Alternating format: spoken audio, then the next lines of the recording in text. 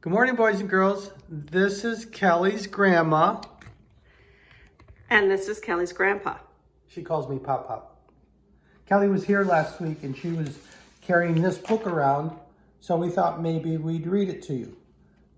Planet of the Pies, Cloudy with a Chance of Meatballs, number 3.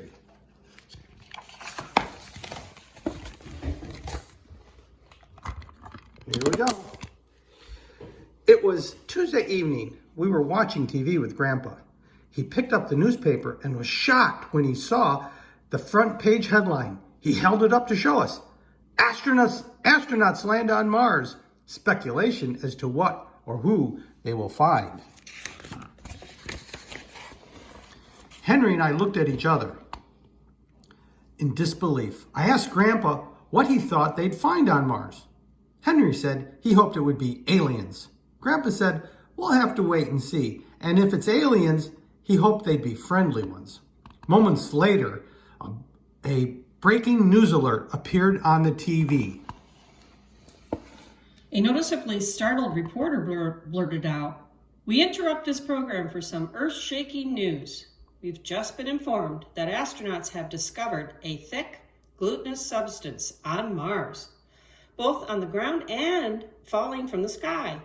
Here's a crazy thought. Could it be pie filling? That'd be pretty weird. Stay tuned, and we'll have an exclusive, first-of-its-kind interview with our astronauts, live from Mars." Henry and I jumped up and down, yelling about how much we love pie and wondering why it can't rain pie here on Earth. We told Grandpa we wanted to go to Mars for our vacation this summer.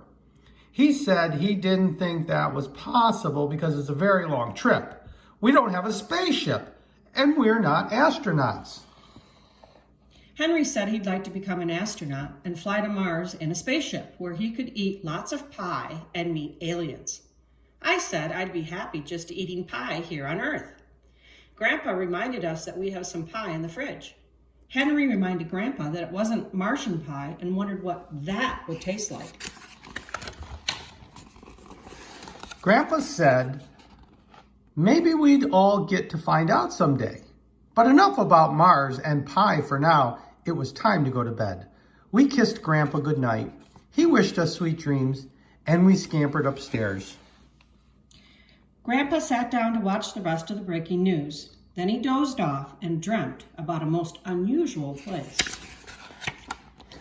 To my great surprise, I found myself on Mars, all suited up as mission commander, along with my crew of fellow astronauts. It had been a long, long ride, and we were glad to have finally landed safely.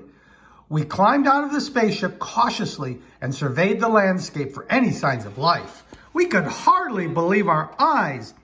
What we saw was pie, and lots of it. It was all over the place, and even raining down from the sky. Despite the adverse weather conditions, we set up our camera for TV transmission. Pie splattered onto the lens. It was also on our suits, our boots, and our helmets. It tasted awfully good. The TV interview was about to start. I wiped the pie off the lens. We looked pretty messy. And when we were asked what we had found so far, we all yelled out, "Pie!" I thought, first, it's meatballs in Chew and Swallow, and now it's pie on Mars. In the distance, we saw a group of umbrella-carrying Martians coming toward us. There were tall ones and short ones, and some with strange pets. They were all mumbling, The reporter asked about the approaching Martians and what they were saying. It was a peculiar sounding language, lots of jumbled up consonants. We were puzzled as to what they were trying to tell us, but they appeared to be friendly. I listened carefully, and something about that peculiar sound rang a loud bell. I had taken Martian in high school instead of Spanish or French. When I told this to my crew, they were amazed and relieved.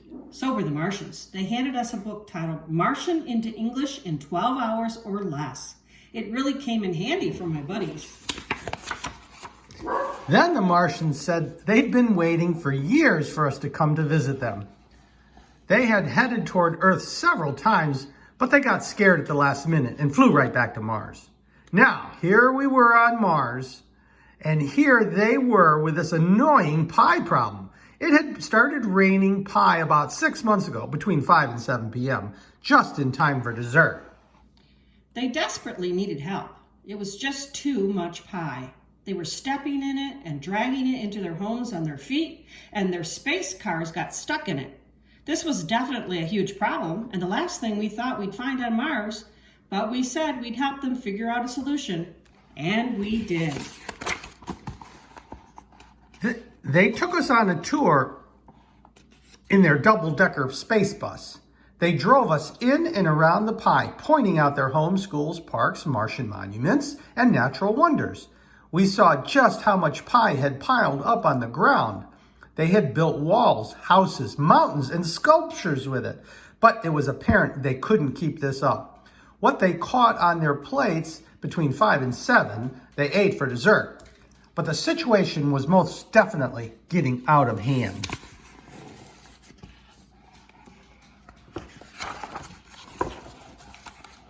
The Martians prepared quite an unusual feast for us that first night. They even held a pie-eating contest for dessert.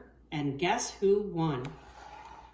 They put us up at the Mars Motel. The next morning, we all got together to discuss the pie problem. I'd been thinking about it all night and had come up with an idea. I suggested catching the pies, exporting them back to Earth in boxes, and selling them. We'd be partners in a pie business, and we could call it Martian Pie. Tastes out of this world. They really liked that. But how could we catch the pies? I recommended constructing giant nets. The pies would land safely, and we could slide them off and put them in boxes. Everyone agreed that this was a wonderful idea and a fine solution to the pie problem. And so our joint venture officially began. We brought samples of the pies back to Earth for scientific analysis to make sure they passed our safety codes. And they did. So we packaged them and shipped them off everywhere. And I mean absolutely everywhere. Grandpa awoke from his dream the next morning to see more breaking news on the TV. The reporter said that the thick, glutinous substance that he thought might be pie filling was just wishful thinking on his part. It was actually unusually thick and colorful Martian rain. He apologized for the error. The front page headline read, "No pie on Mars, just bad weather." Under it was a picture of the astronauts. Henry and I noticed the resemblance to Grandpa and asked him, "Is that you in the picture?" "How could it be?" he said. "I wasn't on Mars. I was asleep in my chair." After dinner that evening, we all watched TV while Grandpa served us pie for dessert. "I bet this tastes a lot better than Martian pie," said Henry.